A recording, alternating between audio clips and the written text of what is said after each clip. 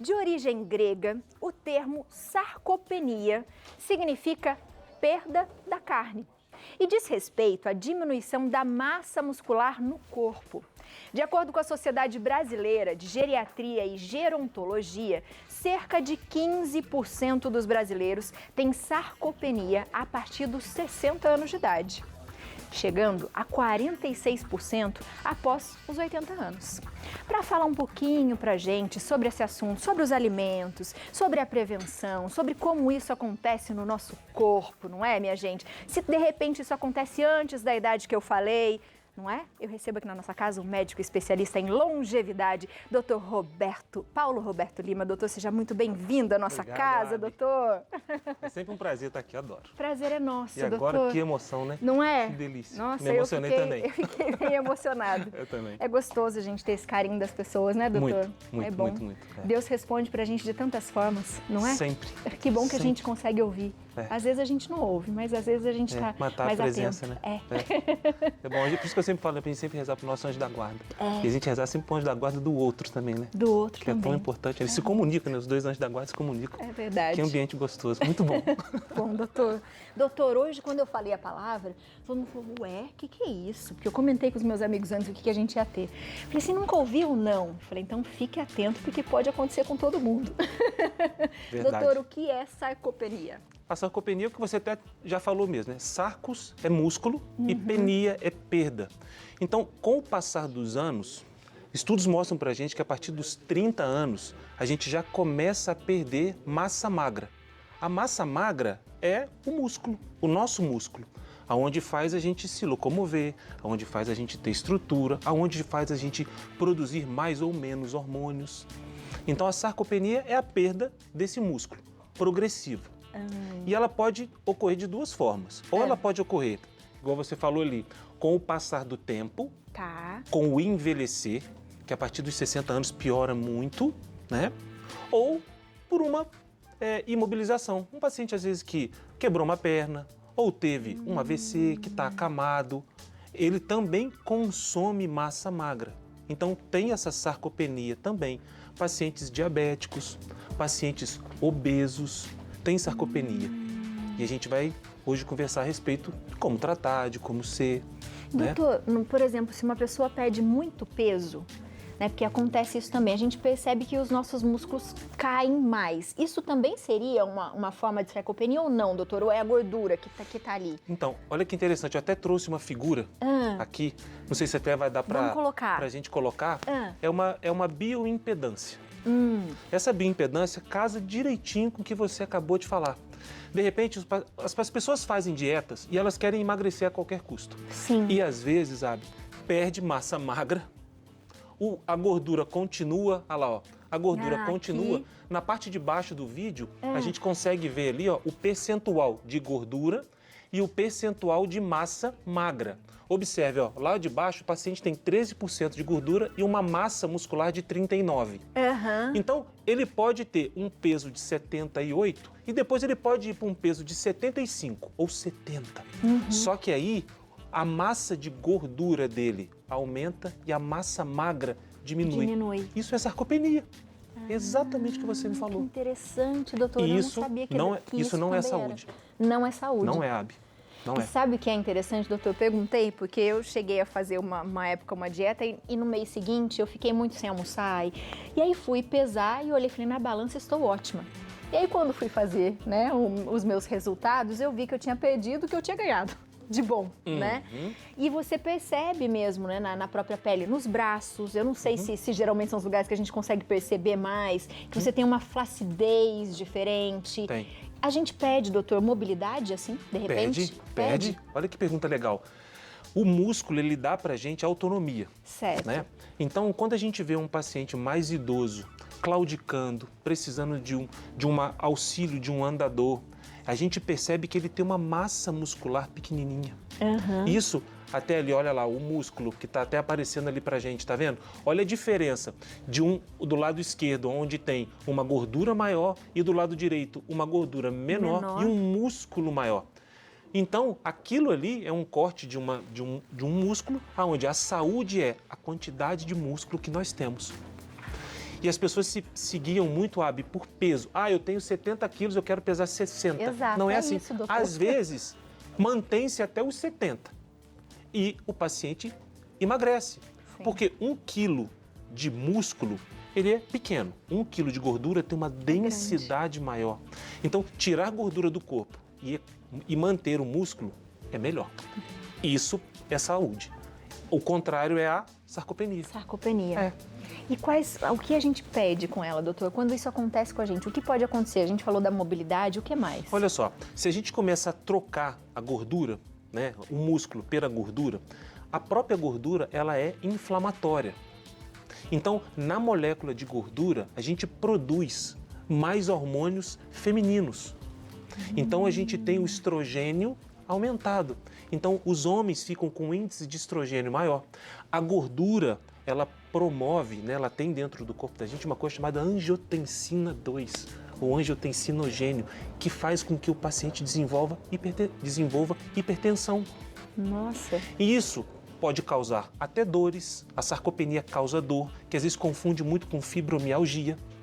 Então, o paciente perde mobilidade, pode desenvolver diabetes, porque começa a ter resistência à insulina, aumenta a glicose no sangue.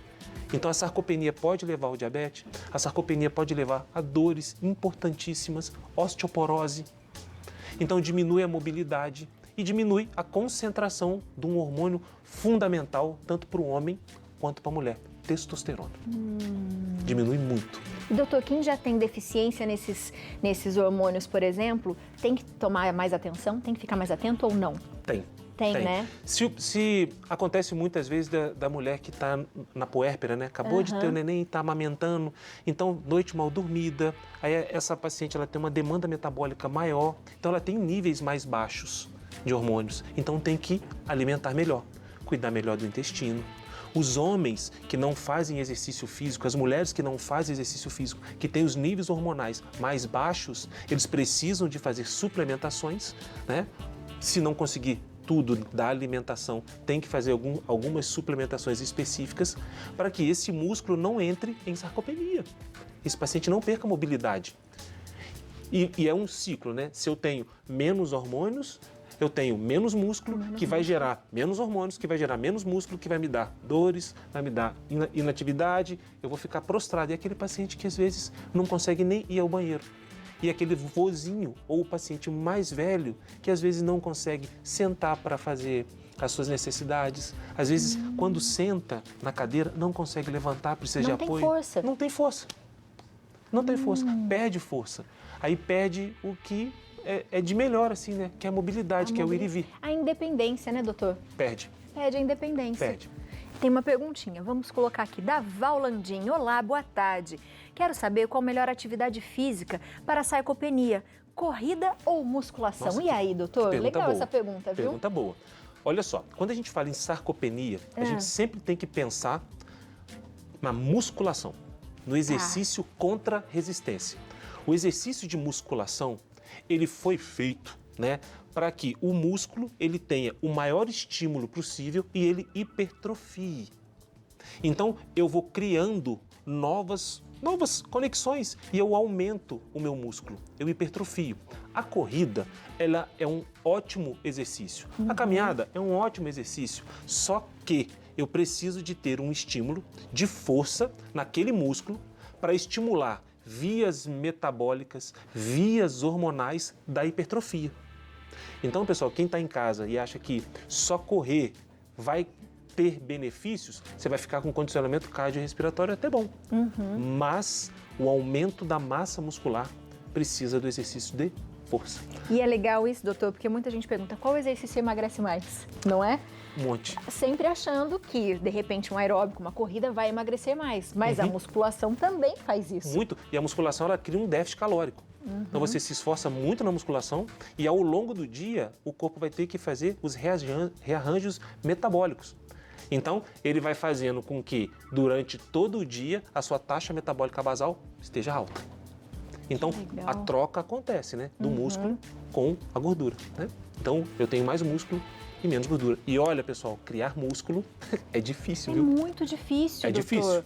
É muito difícil. Eu comecei a fazer uma atividade diferente agora, além das que eu faço, que chama calistenia. Calistenia. E aí eu comecei a perceber exatamente isso, né? Como a gente, com o nosso próprio corpo, que é o que a gente sempre fala aqui, a gente consegue fazer muita coisa com o próprio peso do corpo e ganhar exatamente esse tipo de resistência, de força. Ótimo. E o exercício calistênico, ele é um exercício que exige muito do paciente.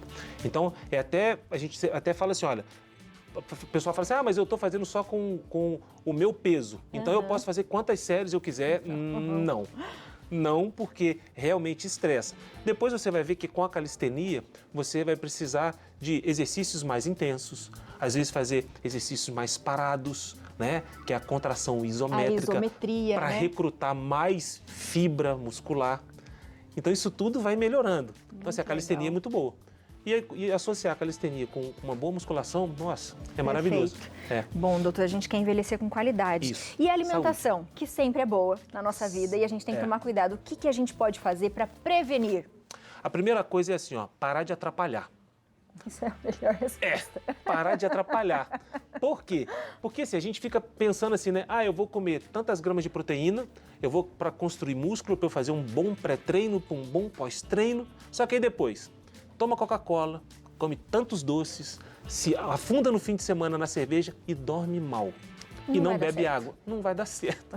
Aí vai botar a culpa, tadinho, no peito de frango, que esse peito de frango não é tão bom. Não é tão bom, cansei dele, não está dando resultado. Então, assim, mas, né, a gente fazendo tudo certinho, o que a gente tem que pensar para a sarcopenia é a ingesta proteica. Tá. Pelo menos uma continha rápida para vocês. A gente faz sempre de 0,8 a 1 grama de carne, né, de peso por peso corporal. Então, um paciente de 70 quilos, ele tem que comer mais ou menos 70 gramas de proteína. Por dia. Por dia. E às vezes, pessoal, é difícil de bater essa meta. Porque se vocês olharem um bife de 150 gramas, ele não tem 150 gramas de proteína. Verdade. Então eu tenho que pensar assim, a cada 100 gramas eu posso ter 22 gramas, 25 gramas de proteína. Então, dependendo, não é tão fácil, bater a meta proteica diária. Aí é por isso que às vezes a gente lança mão dos suplementos. A gente lança mão de um whey protein, a gente lança mão de um próprio aminoácido, a gente lança mão dos produtos para a gente poder bater a meta. E a gente vê, né, que o dia a dia é muito corrido. Então, o whey protein, ele é um alimento rápido, né, de um alto valor biológico que ajuda a gente a bater essa meta. Mesmo para quem já está assim. Mesmo. Porque daí que precisa mais ainda, para não perder mais. Isso. E o idoso, a gente tem sempre que lembrar que às vezes ele tem dificuldade de mastigação. Às vezes aquele idoso, às vezes, que tem poucos dentes. Sim. Então, aquele idoso, às vezes, que tem um intestino já com desbiose, que não absorve tão bem a proteína. Então, a gente tem que ter um cuidado melhor com ele. Aí a gente pode dar para ele já a forma final da proteína. Que o que interessa para a gente são os aminoácidos. Que a gente pode dar. Tem mais pergunta? Vamos lá. Legal. Mônica, do Rio de Janeiro. Boa tarde. Eu estou internada há 35 dias e já percebo minha perda muscular. O que posso fazer para me recuperar? Mônica, melhoras. Daqui a pouco você vai sair, viu? Mas é interessante isso que ela falou. Acho que é de ficar muito deitada, né, doutor? A gente vai se incomodando, né? Muito. Acontece, doutor, Acontece. Assim? Mônica, na verdade, nessa fase de 35 dias já começa a ter até dores musculares. Né? Que o músculo ele vai fazendo uma atrofia. Então ele vai perdendo o volume dele. Né? E a gente tem que pensar assim, todo músculo ele está ligado num tendão. Né? Tem um ligamento. E tem, logo abaixo dele, tem o outro ligamento. Né? O ligamento liga um osso no osso e o tendão liga um músculo num osso. Então, quando ele vai diminuindo, tem um tracionamento. Às vezes faz as dores por isso.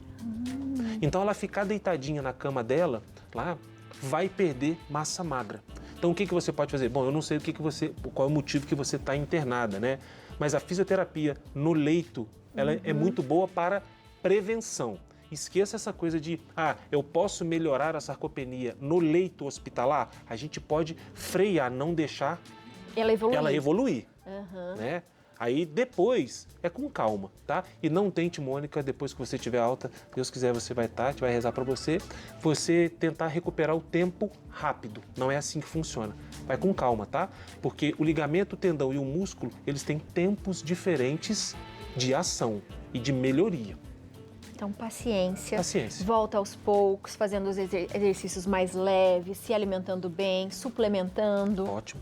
Boa, para não deixar evoluir. Para não deixar evoluir. Muito Isso bom. aí. Doutor, muito obrigada. Eu que agradeço. Vamos dar aquelas diquinhas finais para todo mundo, para prevenir tudo nessa vida, para melhorar a nossa qualidade? Vamos. Pode Olha, falar. Dica para a gente melhorar e não deixar de desenvolver sarcopenia. A primeira delas, dormir muito bem, porque a gente precisa de um bom aporte de testosterona, a gente precisa de um bom aporte de GH e no sono melhora muito. Lembra, a gente até falou no programa passado sobre o cortisol, a gente precisa de níveis ótimos de cortisol. A segunda coisa, hidratação, eu preciso de um ambiente interno hidratado. E a coisa mais importante para a sarcopenia é a musculação associada aos bons índices de proteína.